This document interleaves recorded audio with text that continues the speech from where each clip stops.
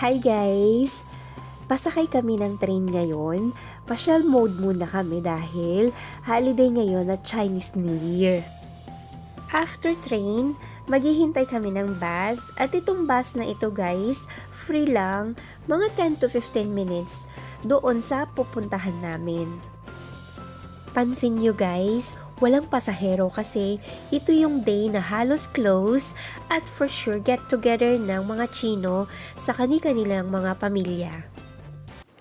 Fast forward guys, andito na kami sa Florencia Village, Shanghai branch, luxury outlet design by classic Italian architecture.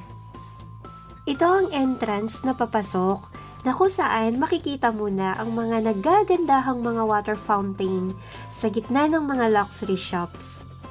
Sobrang nakaka-relax pagmasdan lalo na ang flowing water sounds nito na nakapagbibigay ng peace of mind, kaya naman talagang in-embrace ko ang pag-stay sa part na ito.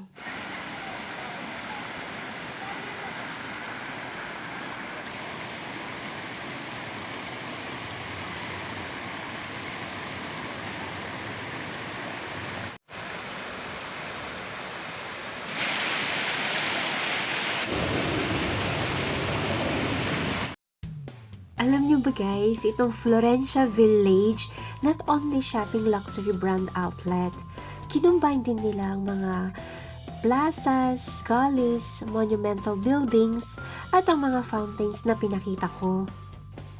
Sobrang lawak pala nito guys at laki, di ko na halos na ipakita. Halos lahat ng mga high-end brand andito lahat. Sobrang nakaka-amaze lang ng villa na parang nasa Europe ang napuntahan namin, like Italy or Spain. Pero dito lang pala ito sa Shanghai, China. Meron ding brand sa Hong Kong, based sa na-research ko. Actually guys, meron din silang location sa iba't ibang part ng China, like sa Chengdu, Chongqing, Wuhan, Tianjin at Guangzhou.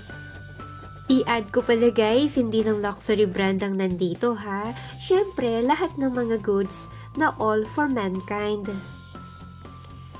Sobrang nag-enjoy ako sa place guys, kaya naman nagpapasalamat kami ni Habi sa aming napakabuting kaibigan na si Jonathan De Chavez na siyang tumulong paano makapasyal dito.